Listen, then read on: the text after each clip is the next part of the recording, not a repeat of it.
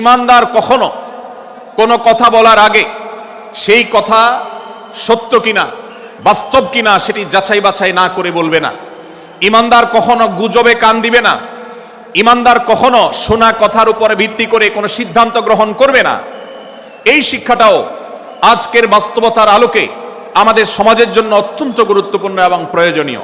প্রিয় ভাইরা আমার, আমাদের চতুর্পাশে যদি আমরা তাকাই, আমরা দেখতে পাবো সোশ্যাল মিডিয়াতে, ফেসবুকে আজকাল কোনো তথ্য উপাত্ত পেলে সেটার পরখ করা ছাড়া, যাচাই বাছাই করা ছাড়া, সত্য অসত্য নিরূপণ করা ছাড়া আমরা অনেকে সেটার প্রচার প্রচারণায় নেমে যাই। আমরা অনেকে সেটার শেয়ার দেওয়া শুরু করে দেই। আমরা অনেকে এটার উপর ভিত্তি করে অনেককে নিন্দা মন্দ করা শুরু করে দেই। এমনকি আজ আমরা যেই জায়গায় দাঁড়িয়ে আছি, বাংলাদেশের যে সামাজিক বাস্তবতা, সেই বাস্তবতার আলোকে বলা যায় অনেক সময় অনেক ব্যক্তিকে সমাজে মিডিয়ার মাধ্যমে নানাভাবে হয়রানি করে তাকে খারাপ মানুষ হিসাবে, কালপ্রিট হিসাবে দেখানো হয়, অথচ তার দোষ, যে সমস্ত দোষের কথা তাকে বলা হয়, যে সমস্ত দোষে তাকে দোষী বানানো হয়, সে সমস্ত দোষ থেকে তিনি শত সহস্র গুণ পবিত্র এবং পরিচ্ছন্ন। ভাইরা আমার, যে আমরা যেই কোনো মূল্যে, যেই কোনো ভাবে যেন কোনো প্রকার গুজবে কান না দেই, আমরা যেন গুজব থেকে বেঁচে থাকি। আল্লাহ তাআলা আমাদেরকে তৌফিক দান করুন।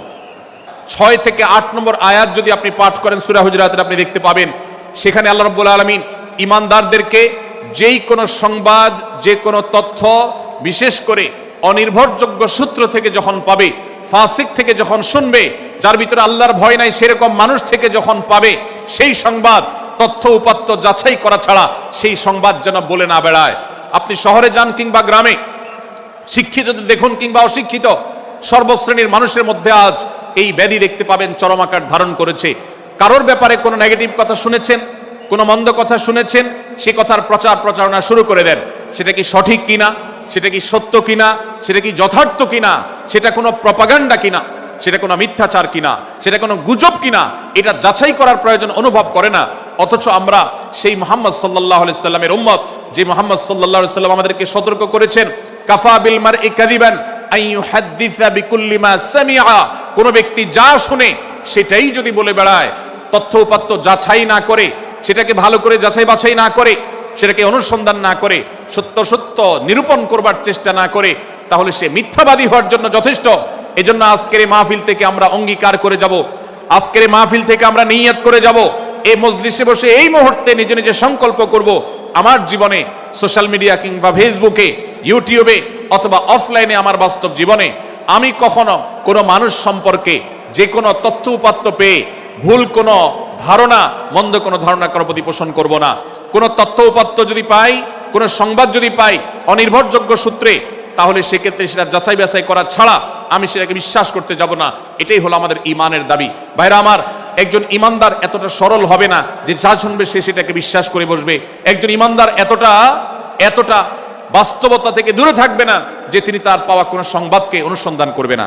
আল্লাহ তাআলা আমাদের সবাইকে সূরা হুজুরাতের এই দ্বিতীয় শিক্ষাটাকে আমাদের জীবনে ভালো করে ধারণ করার তৌফিক দান করুন। আল্লাহ বলেছেন, ইয়া আইয়ুহাল্লাযীনা আমানু, হে ঈমানদারেরা, ইন জাআকুম ফাসিকুম বিনাবাইন ফাতাবায়ানু, তোমাদের কাছে কোনো ফাসিক, যার মধ্যে আল্লাহর ভয় নেই, এরকম কোন মানুষ যদি কোনো সংবাদ উপস্থাপন করে, এমনকি গণমাধ্যমেও যদি কোনো সংবাদ প্রচারিত হয়, সংবাদদাতার মধ্যে যদি আল্লাহর ভয় না থাকে, সে যদি টাকার বিনিময়ে কারোর চরিত্র হনন করতে পারে, সে যদি অ্যাডভার্টাইজ পেয়ে কোনো কোম্পানির হয়ে দালালি করতে গিয়ে অন্য কারোর বিরুদ্ধে কোনো মিথ্যাচার করে, সে যদি বিদেশিদের এজেন্ডা বাস্তবায়ন করতে গিয়ে আলেম সমাজের চরিত্রকে কলঙ্কিত করে, কোনো ভালো মানুষকে দোষী হিসাবে সাব্যস্ত করে, তো আল্লাহ তাআলা আমাদেরকে সতর্ক করেছেন, ফাতাবায়ানু, সেই সংবাদ সত্য কিনা আমাদেরকে যাচাই করতে হবে।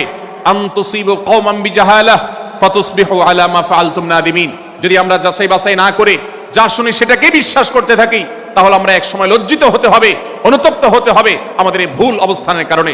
এজন্য ভাইরা, আজকের এই মাহফিল থেকে আমরা প্রতিশ্রুতি নিজের সঙ্গে নিজে দিয়ে যাব যে আমরা কখনো কোনো তথ্য উপাত্ত পেলে, কোনো সংবাদ পেলে, সেটাকে বিশেষ করে কারো চরিত্র সম্পর্কিত যদি হয়, কারোর সম্পর্কে নেগেটিভ যদি হয়, তাহলে সেটাকে বিশ্বাস করবার আগে ভালো করে অনুসন্ধান করব।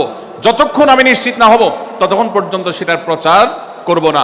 আল্লাহ তাআলা আমাদের সবাইকে কোরআনের এই শিক্ষাটাও আমাদের জীবনে ধারণ করবার তৌফিক দান করুন।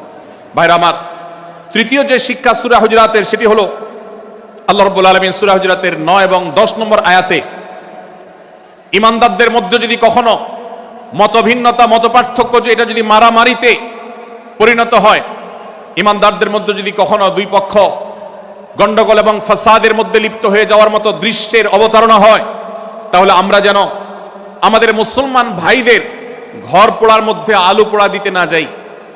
আমরা যেন আমাদের মুসলমান ভাইদের মধ্যকার বিভেদকে আরো বৃদ্ধি করতে সহায়তা না করি। আমরা যেন মীমাংসার পথ অবলম্বন করি। আমরা যেন তাদের মধ্যকার সম্পর্কের যে অবনতি হয়েছে সেটাকে দূর করবার চেষ্টা করি। আল্লাহ রাব্বুল আলামিন এই নির্দেশ দিতে গিয়ে বলেছেন, ওয়া ইন তাইফাতান মিনাল মুমিনিনা ইকতাতালু, যদি ইমানদারদের দুটি দল, দুটি গ্রুপ নিজেদের মধ্যে মারামারিতে লিপ্ত হয়ে যায়, ফাসলিহু বাইনাহুমা, তাহলে তোমরা সেই বিবাদমান দুটি দলকে মীমাংসা করবার চেষ্টা করবে। আজ আমাদের মধ্যে এরকম বহু বিষয়কে কেন্দ্র করে মুসলমানদের মধ্যে অনেক সময় মুখোমুখি অবস্থান আমরা দেখতে পাই, যা দুর্ভাগ্যজনক, যা হওয়ার কথা ছিল না। এমনকি জাগতিক বিষয়ে যেমন হয়, ধর্মের নামে, ইসলামের নামে আজ আমরা হাজার হাজার টুকরা হয়েছি।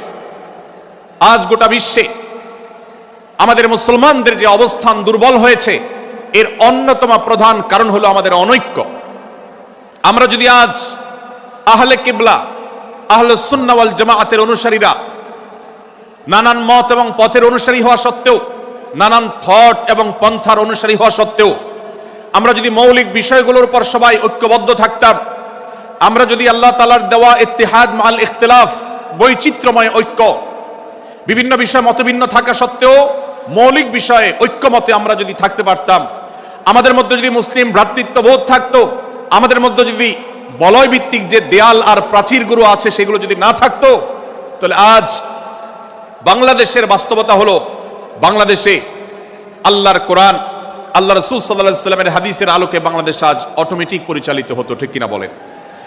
আমরা যদি আজ ঐক্যবদ্ধ থাকতাম, তাহলে এদেশের হাতে গোনা যাবে এরকম স্বল্প সংখ্যক নাস্তিকেরা, ইসলাম এবং মুসলমানদের শত্রুরা, তারা আমাদেরকে নিয়ে তারা আজ যে খেলা খেলছে, আমাদেরকে যে তারা শাসন করছে, আমাদেরকে যে তারা তাদের অধীনস্থ করে রাখছে, আমাদের উপরে যে আজ ভিনদেশি কালচার চাপিয়ে দিচ্ছে, আমাদের উপরে তারা যে আজ কর্তৃত্ব করছে, আমাদেরকে আজ টুকরা টুকরা করছে, এই দুঃসাহস তারা কোনোদিন দেখাতে পারতো না যদি আমরা ঐক্যবদ্ধ থাকতাম।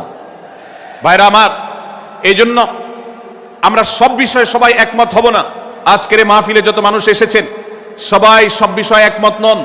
এমনকি আজকের এই মাহফিল কর্তৃপক্ষ যে আয়োজন করছেন 3 দিন ব্যাপী, এই মাহফিলে আপনারা দেখেছেন এখানে কওমি এবং আলিয়া উভয় জায়গা থেকে বক্তা নির্বাচন করা হয়েছে, অসাধারণ সমন্বয় করা হয়েছে। এটি একটি ঐক্যের বার্তা। আমরা আশা করব মাঠ পর্যায়ে আমরা যারা কাজ করব, আমরা প্রত্যেকে আমাদের অন্য মতের, ভিন্ন মতের যে সমস্ত মুসলমান ভাইরা আছেন, তার সাথে আপনার কোনো থটগত মত পার্থক্য থাকতে পারে, চিন্তাগত কোনো ভিন্ন মত থাকতে পারে, কিন্তু দিন শেষে তিনি আপনার মুসলমান ভাই। তার আল্লাহ আর আপনার আল্লাহ এক, তার রাসূল এবং আপনার রাসূল এক, তার কিবলা এবং আপনার কিবলা এক, তার কোরআন আর আপনার কোরআন এক, তার নামাজ আর আপনার নামাজ এক, তার রোজা আর আপনার রোজা এক, তার যাকাত এবং আপনার যাকাত এক। তার সাথে আপনার মোটা এবং মৌলিক বিষয়ে কোনো মত পার্থক্য নাই। অতএব ছোটখাটো বিষয়কে কেন্দ্র করে আপনি যদি তাকে আপনার প্রতিপক্ষ মনে করেন, আপনি যদি তাকে আপনার শত্রু মনে করেন, এটা হবে আপনার ইসলামের জন্য, আপনার জন্য, এদেশের মুসলমানদের জন্য সবচেয়ে বড় ভুল।